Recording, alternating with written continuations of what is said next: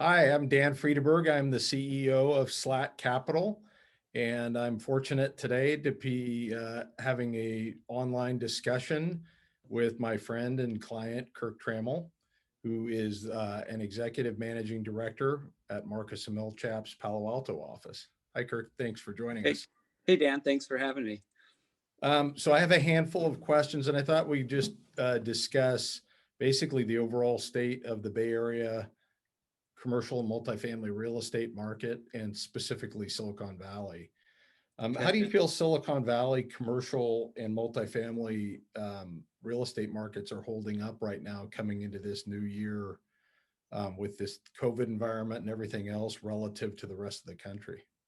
Yeah, I think some of the things that we're seeing is this pandemic's just accelerated a lot of the changes that we're experiencing. We've, come off the 10-year, a decade long of economic expansion in the U.S. and now we're just seeing this disruption in job growth here in the Bay Area.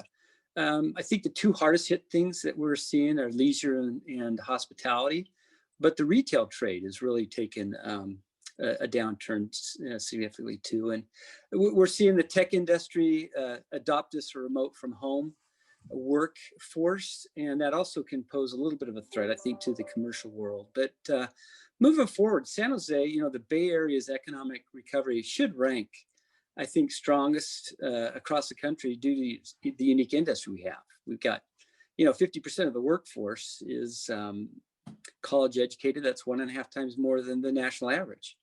And so we're in a special spot. We've got high skilled workforce, a history of innovations, great institutions of higher education, and access to a lot of venture capital. So San Jose, they're the global leader in technology, and I think it'll stay that way for a while. And I was thinking about, the office market is definitely going to feel some repercussions here.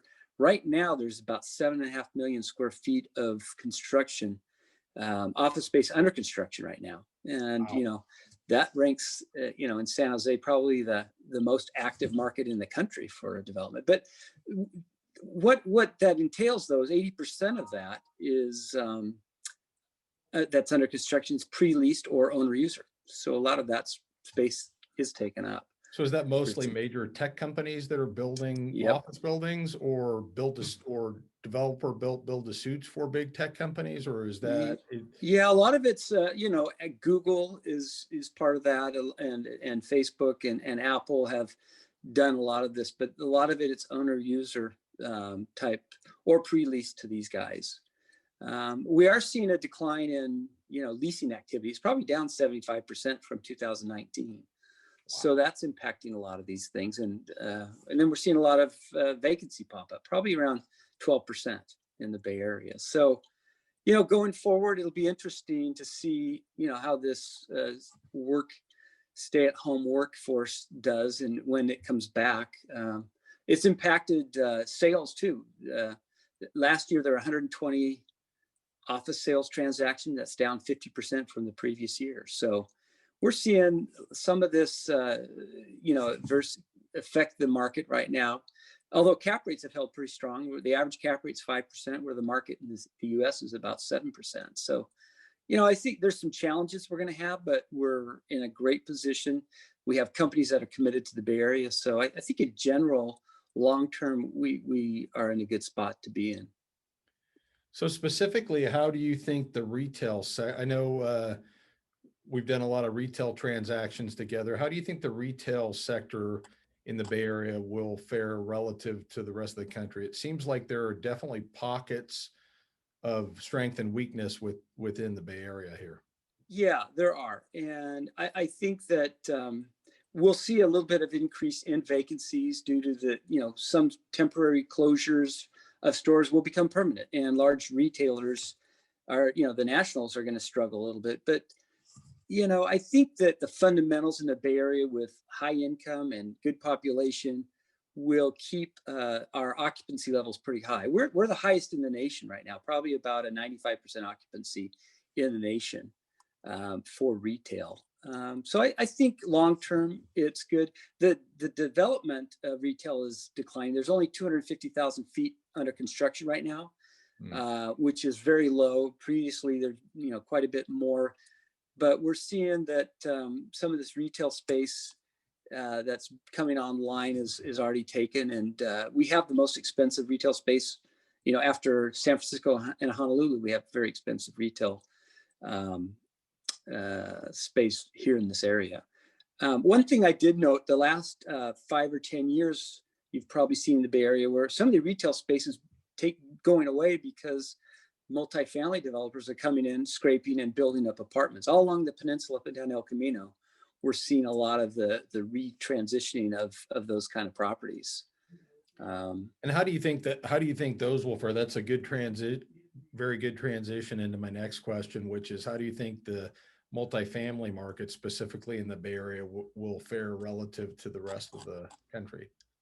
Yeah, because of all the jobs that we have locally, we should fare fairly well. Although we have about 4,900 units that are online under construction right now, which is it's a lot of units given the fact that our vacancies are going up. It's going to take these new projects a little longer to lease up, and they're going to have to give concessions for these guys to get them filled up. But they'll be ready when the workforce does come back. We'll certainly have a supply available for them. We're seeing vacancies go up about 10% throughout the Bay Area, but I think that there still is that future demand that's going to be there. So I think we're positioned well for that.